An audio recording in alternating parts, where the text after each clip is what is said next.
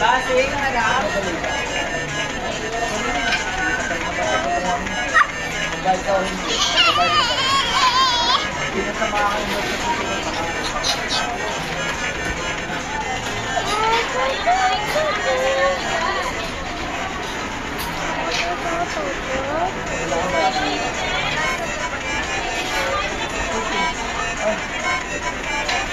Bubble ko ito. Anong ito?